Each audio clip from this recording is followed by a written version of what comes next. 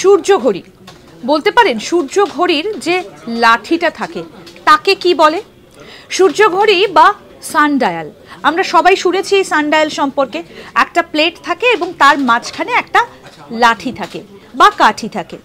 যখন সূর্য একদিক থেকে আরেক দিকে যায় তখন তার ছায়া এই কাঠির ওপর পড়ে এবং সেই মুহূর্তে দাঁড়িয়ে কোন অ্যাঙ্গেলে পড়ছে, কত ডিগ্রিতে পড়ছে সেই অনুযায়ী সময় নির্ধারণ করা হয়।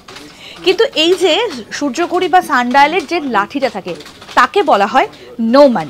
নোমান প্লেটে একটা ছায়া ফেলে এবং সেই ছায়া সময় দেখায় তার কৌণিক অবস্থান অনুসারে। আপনাদেরকে আরও একটা তথ্য দিয়ে রাখি, সেটা হচ্ছে মিলেটাসের অ্যানেক্সিমান্ডার ছিলেন একজন গ্রিক পণ্ডিত, যিনি প্রথম প্রস্তাব করেছিলেন কি না সূর্য, চাঁদ, গ্রহ সব একসঙ্গে ঘুরছে। তিনি এই সানডায়ালের কথা সবার আগে সামনে এনেছিলেন। আর এই সানডায়ালের যে কাঠিটা থাকে তাকে বলা হয় হচ্ছে নোমান। এরকম আরও অনেক অজানা আপডেট পেতে দেখতে থাকুন আজ তাক বাংলার ইউটিউব চ্যানেল, সাবস্ক্রাইব করুন।